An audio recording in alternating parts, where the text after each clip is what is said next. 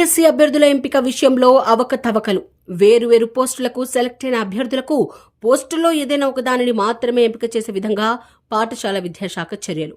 ఒక్కొక్కరికి ఒకే పోస్ట్, సాఫ్ట్వేర్ను సిద్ధం చేసిన అధికారులు. అయితే అసలు వెరిఫికేషన్ ప్రాసెస్లో ఏమి జరిగింది?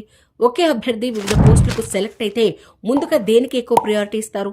తెలుసుకునే ముందు వీడియోను లైక్ చేసి మా ఛానల్ని సబ్స్క్రైబ్ చేసుకోండి. తెలంగాణలో మరో నెల రోజుల్లో మరొక డిఎస్సి వేసే ఛాన్స్ ఉందా?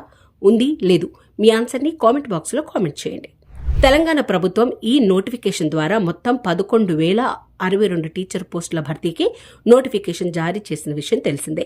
మొత్తం ఈ పోస్టులకు 2,79,966 మంది దరఖాస్తు చేసుకున్నారని విద్యాశాఖ ప్రకటించింది.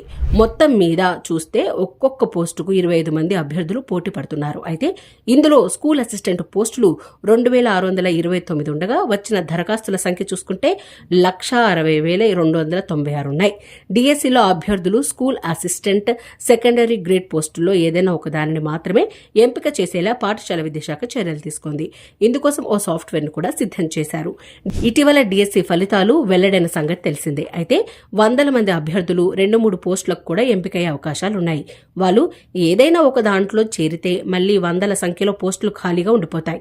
అందుకే ముందుగా ఎస్ఏ భాగంలో 1:1 నిష్పత్తిలో లిస్టును విడుదల చేస్తామని విద్యాశాఖ అధికారులు తెలిపారు. ఆ తర్వాత ఎస్జిటికి ఎంపికైన వారిది ఇస్తామన్నారు. మొదటి లిస్టులో ఉన్నవారు రెండో లిస్టులో కూడా ఉన్నట్లయితే ఆ పేరును తొలగించి తర్వాత మెరిట్లో ఉన్నవారిని చేరుస్తామని తెలిపారు. ఇందుకోసం ఓ సాఫ్ట్వేర్ను కూడా సిద్ధం చేశారు. ఉదాహరణకు సిద్దిపేట జిల్లాలో 43 మంది అభ్యర్థులు 2-3 పోస్టులకు ఎంపికయ్యే లిస్టులో ఉన్నారు. అప్పుడు వాళ్ళకి డిఈఓ ఆఫీస్ సిబ్బంది ముందుగానే ఫోన్ చేస్తారు. ఏ పోస్ట్ కావాలో డిక్లరేషన్ తీసుకోమంటారు.